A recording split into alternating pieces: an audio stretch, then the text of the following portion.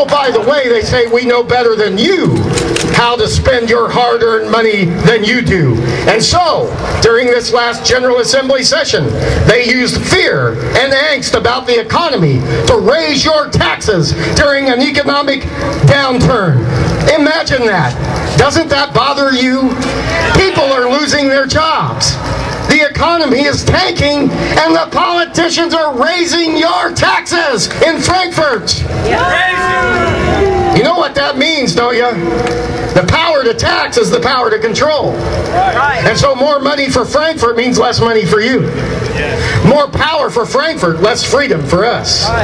More for them, less for us. More for them, less for you. Forbes' recent U.S. Economic Freedom Index said that only 10 states have less economic freedom than Kentucky. Our state has some of the highest income and corporate tax rates in the nation.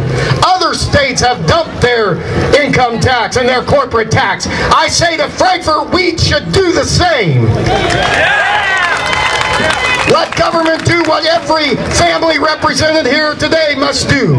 Live within their means and balance their checkbook.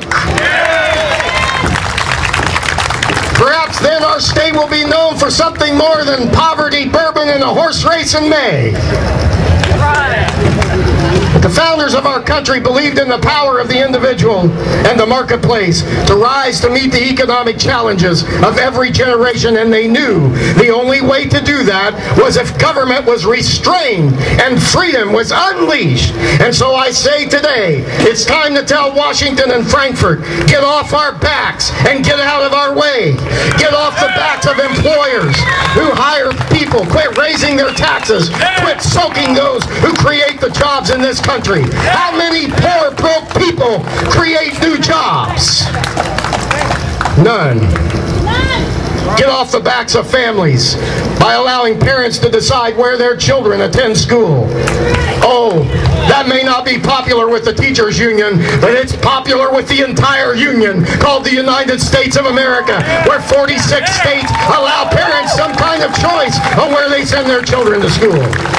Oh, I say to the politicians in Frankfurt and Washington, get off our backs and out of our way. It's our faith, our individual spirit, our innovative ideas, our sweat that made this country great, not some government pinhead sitting in his plush office in Washington. Get off our backs and we'll solve the problems that we face today.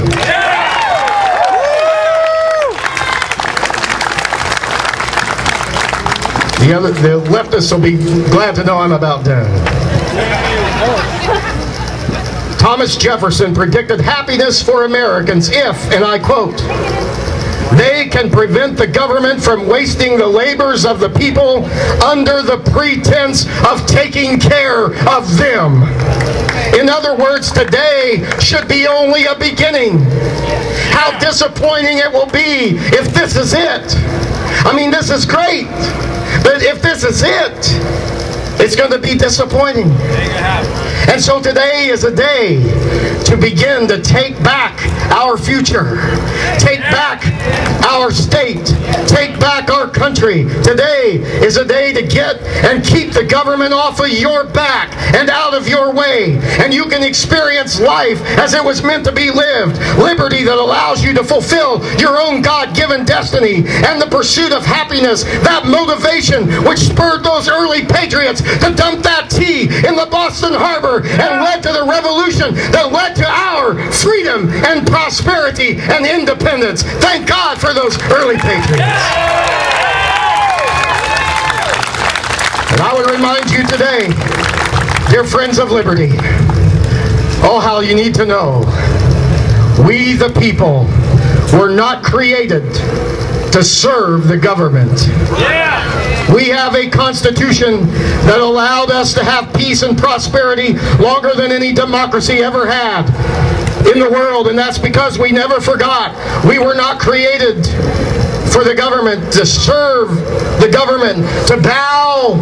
Did you get that? Bow.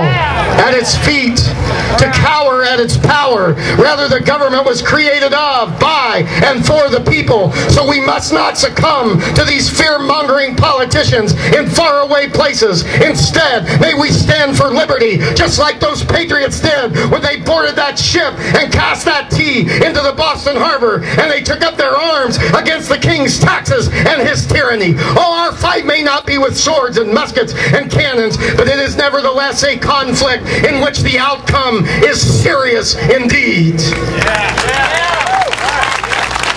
It's a battle over which way our country will go. Will we return to the principles of our founding fathers? Individual liberty, economic prosperity, limited government, free trade, free markets, and a respect for the lives and property of others? Or will we succumb to what F.A. Hayek said is an economic plan that will inevitably lead to socialism and tyranny? It is high time, past time, and now time to retake control of our country and our individual destinies from those in Washington and Frankfurt who think they know better than you and me how to spend our hard-earned wages, how to raise and educate our children, how to direct and live our own lives. May we do so beginning this day, relying upon our Creator from whom we derive liberty and our life, and may He once again renew our spirits and revive this great nation. Thank you very much.